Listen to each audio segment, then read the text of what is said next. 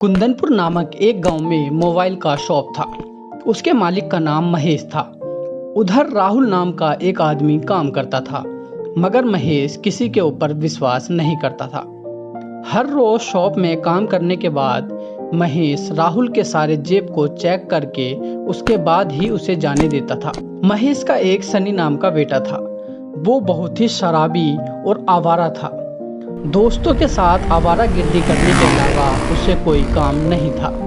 शराब पीना और जुआ खेलना यही उसके सबसे पसंदीदा काम थे। राहुल को महेश अच्छे से वेतन भी नहीं देता था।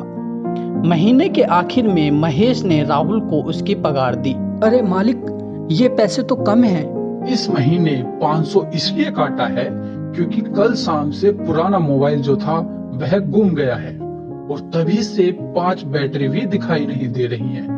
मुझे तुम्हारे ऊपर शक है। ये क्या है मालिक? उस मोबाइल को सेकंड हैंड में आपने ही तो दिलावर को बेच दिया था ना, भूल गए क्या? हर रोज तो आप मेरी जेब चेक करके मुझे दुकान से बाहर भेजते हो, फिर मैं किस टाइम आपका मोबाइल और बैटरी लेकर चला गया? आप हर महीने किसी न किसी बहाने से मेरा पगार काटने की कोशिश करते रहते हैं। अरे भाई, तुमने चोरी की है कि नहीं की है ये मुझे कैसे पता लगेगा? मेरी दुकान में कैमरा भी नहीं लगा है, कुछ दिन के बाद लगवा लूंगा। अब तुमको यहाँ पर नौकरी करनी है तो करो, वरना जाओ यहाँ से। मेरे पास और भी बहुत लोग हैं काम करने के लिए। फिर एक दिन महेश का बेटा सनी शराब के नशे में धुत दुकान पर आया। तब दुकान में केवल राहुल ही था और वह दूसरी साइड मुंह करके फोन को रिपेयर कर रहा था। उसने राहुल की नजर से बचाकर एक सबसे महंगा वाला आईफोन दुकान से चुरा लिया और वहां से चुपचाप निकल गया। थोड़ी देर के बाद महेश वहां आया। उसने आते ही सारा सामान चेक किया। अरे, यहाँ आईफोन नहीं दिखाई दे रहा है। जरूर तुम्ही ने चुराया होगा। बता जल्दी कहाँ छुपा कर रखा है फोन को। बता जल्दी, वरना अभी पुलिस को बुलाता हूँ और तुझे जेल में भेजता हूँ। ऐसा कहकर महेश राहुल को पकड़कर मारने लगा। तब राहुल रोते हुए बोला, मालिक मालिक मत मारिए, मालिक मत मारिए। सच में मुझे कुछ भी नहीं पता है, मेरी बात पर यकीन कीजिए मालिक। मैं कुछ नहीं जानता। कल शाम तक का समय दे रहा हूँ। जाकर मेरा फोन लाकर मुझे वापस दे, वरना मैं पुलिस को बुलाकर तेरी अच्छे से पिटाई करवाऊंगा। पुलिस आने पर अपने आप सच्चाई उगलवा लेगी। इतना कहकर उसे धक्का देकर दुकान से बाहर निकाल दिया। फिर राहुल को क्या करना है उसे कुछ समझ में नहीं आ रहा था। वह घर की ओर जाने लगा। तभी एक मोबाइल हवा में उड़कर उसके पास आया। फिर राहुल ने उसे हाथ में पकड़ा और बोला, अरे ये तो आईफोन ही है, लेकिन ये हवा में कैसे उड़ रहा है? तभी फोन से एक आवाज आई, मुझे ले जाकर अपने घर के आगे जमीन में गड्ढा खोदकर गाड़ दो, तुम्हें इसका अच्छा परिणाम मिलेगा।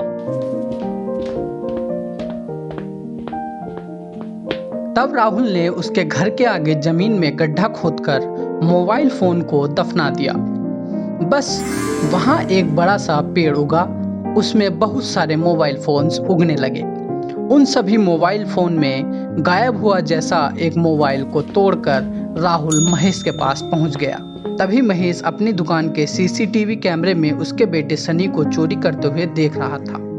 तभी वहां पर राहुल को आता देखकर घबरा गया। तब राहुल बोला, मालिक मैंने चोरी नहीं की थी, मगर उसे साबित करने के लिए मेरे पास कोई सबूत नहीं है। यह मोबाइल मुझे कैसे मिला है बताता हूँ। इसे लेकर मेरे ऊपर कोई पुलिस कंप्लेंट मत कीजिएगा, आपके आगे हाथ जोड़ता हूँ। इतना बोलकर राहुल ने मोबाइल के पेड़ के बारे में सब कुछ अपने मालिक को बता दिया। कल से मैं भी मोबाइल बेचूंगा, आपसे मुकाबला तो नहीं करूंगा, आपसे दूर दूसरी जगह पर जाकर बेचूंगा। मुझे आशीर्वाद दीजिए मालिक। राहुल महेश को प्रणाम कर वहां से चला गया। घर जाकर मोबाइल फोन के पेड़ से मोबाइल को तोड़ने लगा। उन्हें तोड़ने के बाद उस पेड़ पर मोबाइल फिर से उगने लगे। राहुल उन सभी फोन को एक ठेले में डालकर घूमते हुए सब्जी के जैसे बेचना शुरू कर दिया। हर माल 100 रुपए, हर माल 100 रुपए, जल्दी जल्दी आइए और 100 रुपए में फोन ले जाइए। हमारे फोन में आपको लाइफ टाइम की वारंटी मिलेगी। फोन खराब होने पर तुरंत दूसरा फोन ले जाइए। जल्दी जल्दी आइए, ऑफर केवल सीमित समय के लिए उपलब्ध है। इतना भयंकर ऑफर सुनकर सभी ठेले के ऊपर गिर कर उसके पास मोबाइल फोन खरीदने लगे और महेश की दुकान में तो कोई जा भी नहीं रहा था। तब महेश अपनी दुकान बंद कर वहां से चला गया। और राहुल मोबाइल बेचकर खूब सारा पैसा कमाने लगा। तो दोस्तों, आपको हमारी ये कहानी कैसी लगी हमें कमेंट सेक्शन में लिखकर जरूर बताएं। कहानी अगर अच्छी लगी हो तो दोस्तों और रिश्तेदारों से शेयर करें। और अभी तक अगर आपने हमारे चैनल को सब्सक्राइब नहीं किया है तो प्लीज़ हमारे चैनल को सब्सक्राइब कर लें और बेल आइकन को भी दबा दीजिए, ताकि हम आपके लिए आगे भी ऐसी मज़ेदार कहानियाँ लाते रहें। तो दोस्तों, हम मिलते हैं अगली कहानी में, तब तक के लिए इजाज़त दीजिए। धन्यवाद।